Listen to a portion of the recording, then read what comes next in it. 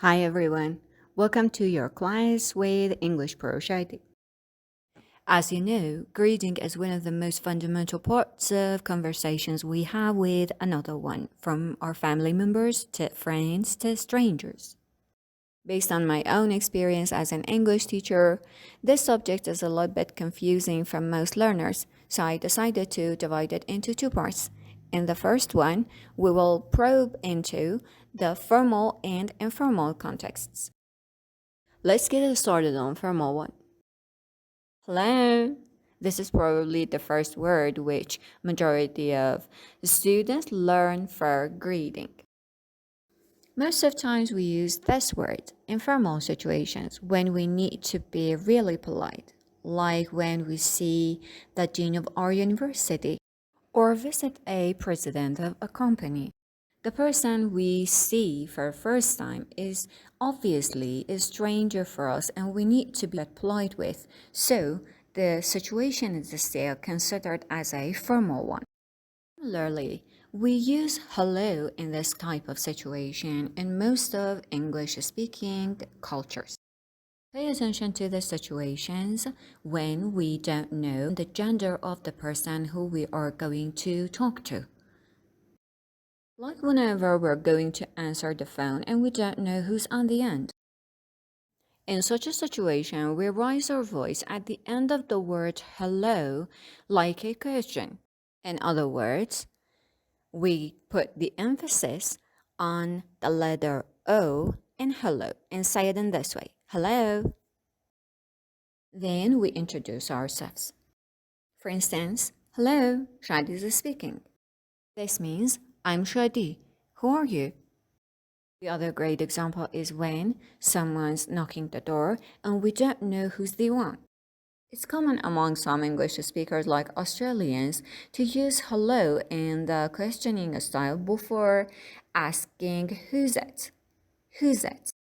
This question expression is used to ask the one who's behind the door to introduce himself or herself.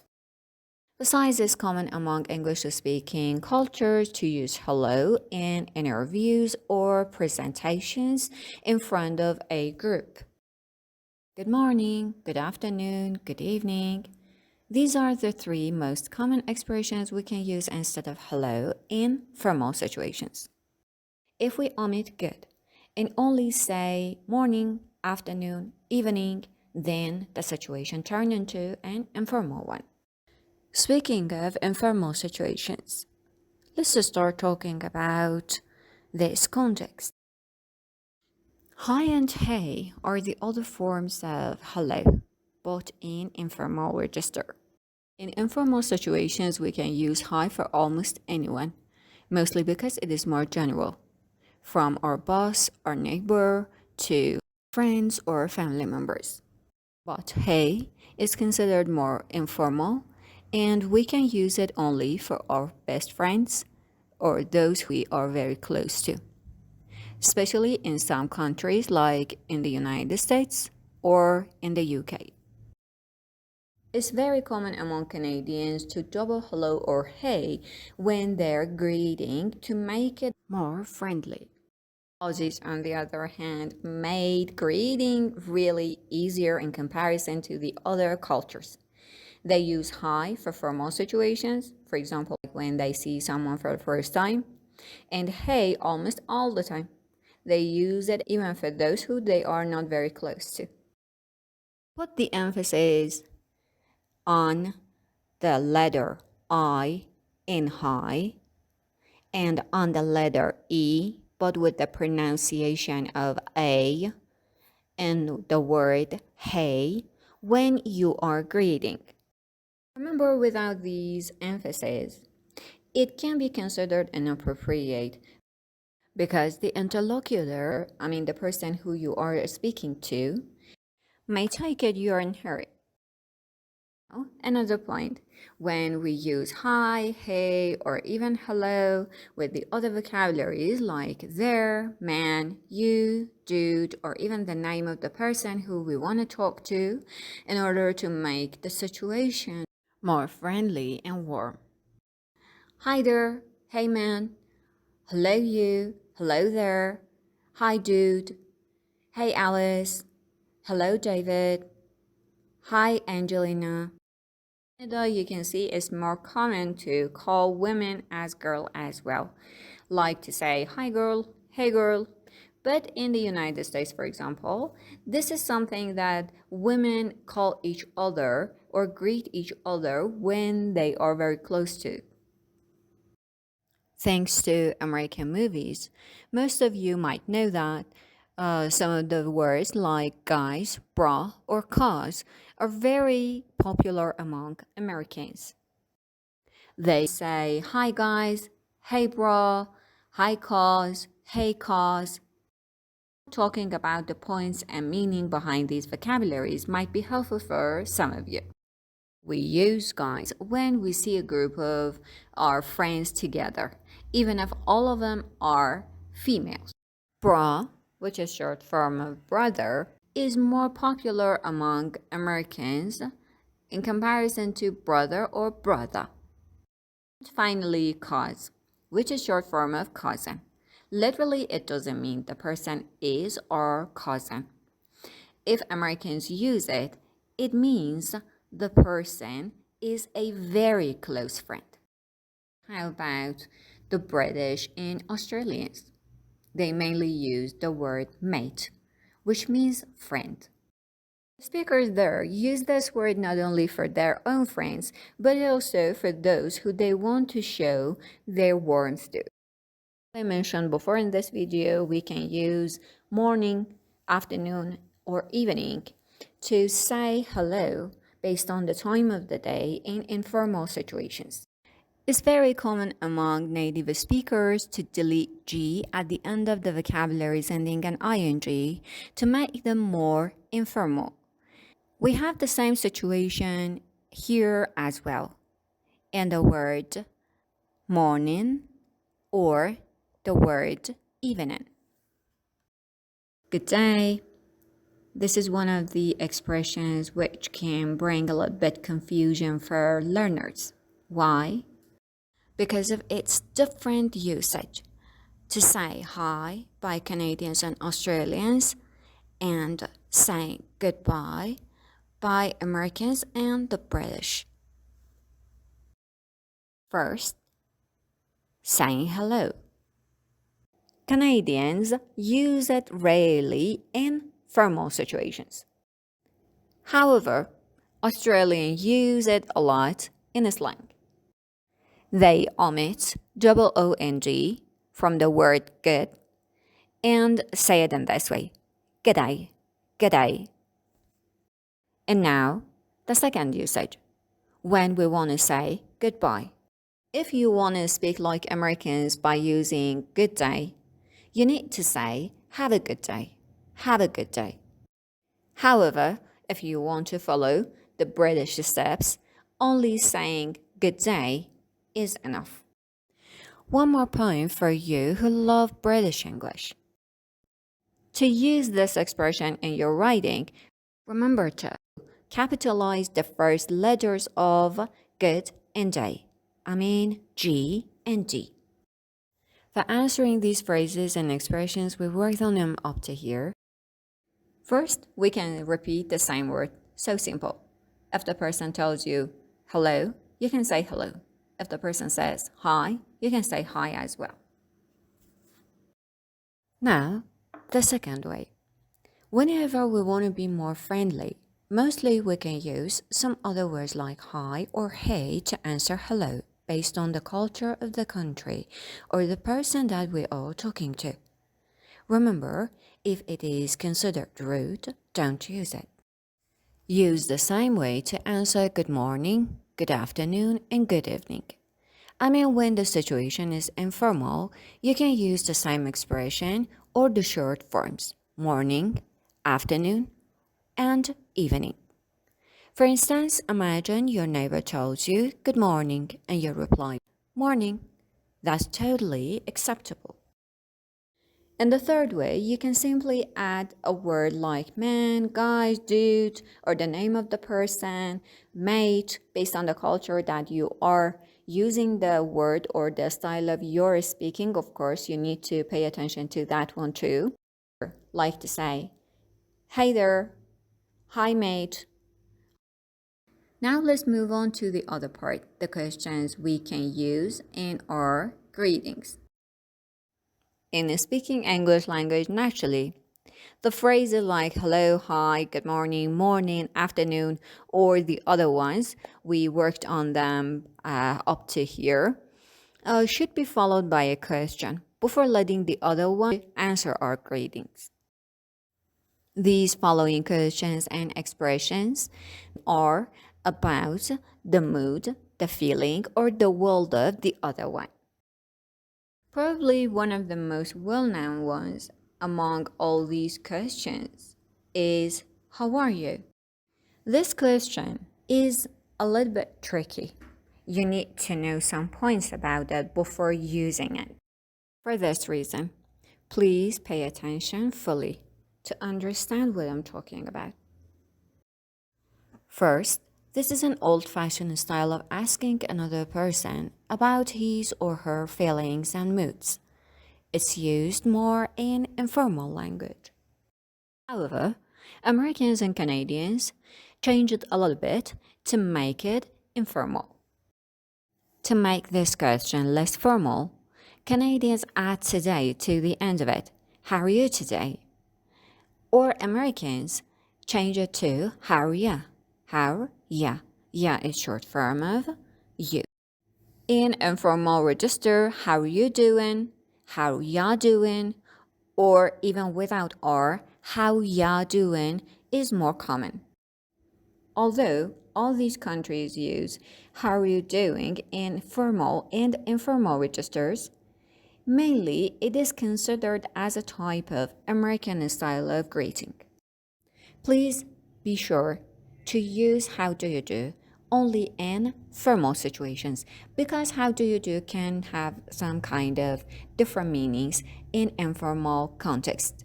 For example, if you use it in Australia, it has a kind of sarcastic meaning. As I said, how are you doing is the modern style of saying how are you in the United States. But how about the British people? They love to greet each other in formal situations by asking the questions, how do you fare? How are you faring? Another common question, which they use a lot in fairly formal situations, is, are you well? Based on what I've got, they love to use the word well in greetings for asking or for answering the questions. How have you been? This is another great question which we can see native speakers use it in formal and informal language. By looking at the informal form of this question, you can see easily how contracted forms of have and you are used here. How have you been? Or simply without the, we can use it, how you been? The next point is related to the tense of this question. It's present perfect, which obviously tells us we can use this question for someone who we met before. Now, where we can use them? Obviously, formal situation is related to those who we are not close to. And we are asking these questions only for the sake of greeting. But in informal situation, we are asking someone who is close to us. I do believe this is crystal clear to expect the one to explain about his or her life if he or she wants. When the British aim to politely ask about some kind of process or projects that you are working on, simply they ask by these kinds of questions like, how are things coming along? Or how are you getting along?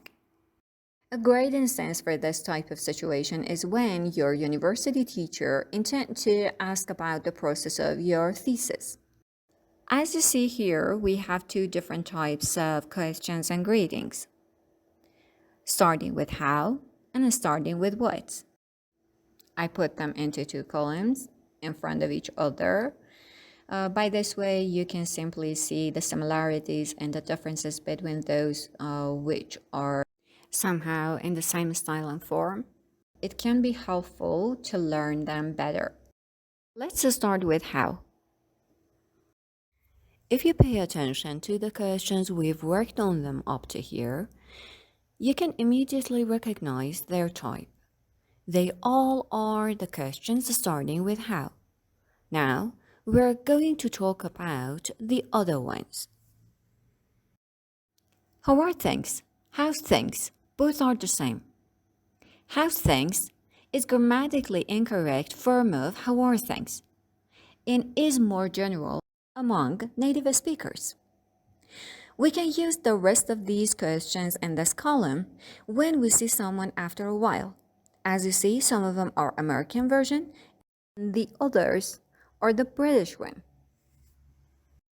In the other column, you can see 4 questions, which 2 of them are very American. What's up? What's going on? Remember, the American version of these questions in both columns are used in the other countries as well. But the British ones are more common in the UK. Mostly, we use the questions starting with what to greet someone we know and we are close to. In other words, the questions starting with what ask about the life or the world of the other one, while the questions starting with how ask about the mood of the other one. Another challenging question is what have you been up to, which is the American version of this question. For some of the learners, it is challenging because they compare it with what are you up to and cannot understand what is the differences between these two. The subtle differences between them lie behind their meanings, and you can simply grasp the meanings based on their tenses. When after a long time we see someone, we ask these 2 questions. In the American version, we want to know what happened in their world during that time we didn't see the one, while in the British one, we intend to understand how the person is at the moment.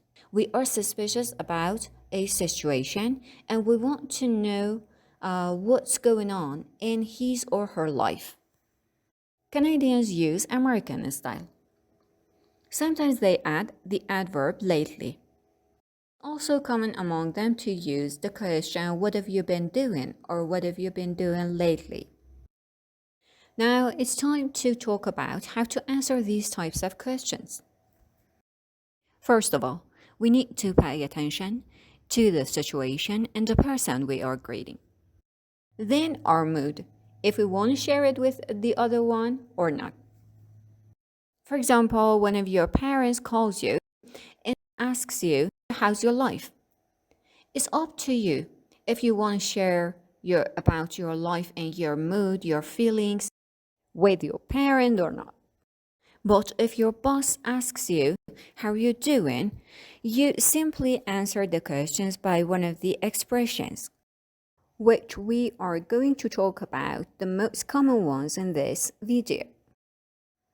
Similar to majority of cultures around the world, in English-speaking cultures, we thank the person after answering their question and greetings. After that, we ask about their world and their feelings as well. For asking such a kind of question, you can simply repeat the question of the speaker who started the greeting part. You can also add some phrases like man, dude, with you, or the name of the person to the questions. You can apply some other proper questions as well. The most popular ones are, and how about you? Or the shorter form, and you? Or even shorter than that, you? Asking the same question, following by with you, is more Australian. And how about you? This question is more popular among Americans. And you? It is more common in the United States and the UK. And Canadians love using the last one, you. When answering the questions and greetings, you should recognize the type of the questions if they are starting with how or with what. As I described before in this video about the meaning behind the questions, I believe you can easily grasp the answers in short can be similar to these, which are the most common ones. Great, very good, good, pretty good, alright, fine, just fine, okay, not bad, not too bad, so. If you pay attention, I categorize them in a type of degree. When you're in a really good mood, you can say, great, very good. But when you're sad and gloomy, reply with, not too bad, not bad, or so. So means I'm not in a good mood nor a bad one. Using these phrases are really helpful when we don't want to share anything with the one who asks us a question starting with what? Not much, not much at all, nothing much, not a lot, not a whole lot, the usual, keep him busy, same old, or same old, same old. Not a whole lot is more Canadian. We usually use the expressions the usual, same old, or same old to say there hasn't been any big changes in our lives. Do you see how all these answers are in short form? But how about the complete form of the answers if you want to use? Whenever we want to answer in complete form, we need to pay attention to three things in the question: tense, subject, and verb. As you see in this video in greetings, majority of the questions are in simple present, sometimes present continuous or present perfect. Most of the subjects are about you, it, and things. And verbs are be, do, sometimes go, come, and so on. Now we're going to work on some examples to pack whatever you have learned up to here, including complete form of answering the questions. The first one, hey, how's it going? Hey there, pretty good, thanks, and you? And the complete form, hey there, it's going pretty good, thanks, and you? The tense here in this question is present continuous. The subject is about it, and the verb is go. So, the complete answer is it's going pretty good. Look at the second example. Hi, how are you doing? And the answer, hey there, doing well, thanks, and you? The complete form, hey there, I'm doing well, thanks, and you? You see, I replied by, hey there, and in complete form, I used present continuous tense as well, the same as the question. Then since the subject is about me, I talked about myself, I, and the verb is do. So I used it again. I'm doing well. In the third example, imagine someone's greet you by saying, hi, how's things? Or how are things? Or how's everything? You can say hi or hey. I chose hey here. In short, you can reply to any of these questions with great or in complete form, things are great. Again, the same verb, the same tense, and the same subject, thanks, which can be used for any of these types of questions as well. You can also say everything's great, which is short form of everything is great. Then thank the other one. After that, ask about the feelings or the world of the one by a question like, how's things with you? Now, pause the video and answer this one by yourself first. Then check your answer and see if you are correct or not. Hey, how have you been? Hey, how have you been? Short form, hey, been better, thanks. And how about you? In complete form, hey, I've been better, thanks, and how about you? As you see, the present perfect is the sense of the question. It's again about you. The subject is you, and the verb is be. So, I simply can say in complete form, I've been better, or in short form, been better. For answering the question, how's life? Or as the British ask, how's life treating you? Use the expression, can't complain. When facing questions like, how's everything coming along? Or how's everything coming together? Say, everything's going well, or everything's going very well. In short form, you can say, going well, going very well, or even shorter than that, very well. Here, we're not covering complete form answers of the questions starting with what, because as I told you before in this video, it's more natural and common among native speakers to answer them in short. Finally, the final part of this video. Common expressions native speakers use instead of the questions we worked on them in this video. Long time no see. It's been a while. For the sake of answering these expressions, we can say, yeah, happy to see you, or tell me about it. Tell me about it isn't kind of idiomatic expression, means I agree. I agree. It's been a while we haven't seen each other. You can use tell me about it for the first or the second expression. Now, look at the third line. I hope you're well, or I hope you're doing well. By watching this video, you can easily understand the subtle differences between these two. Obviously, as you can guess, I hope you're well is related to the feeling of the one, while I hope you're doing well is related to the world of the one.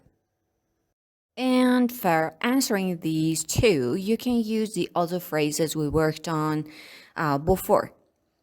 For the first one, you can say something like, I'm fine. And for the second one, I hope you're doing well. You can use the verb again and say, doing well, doing great.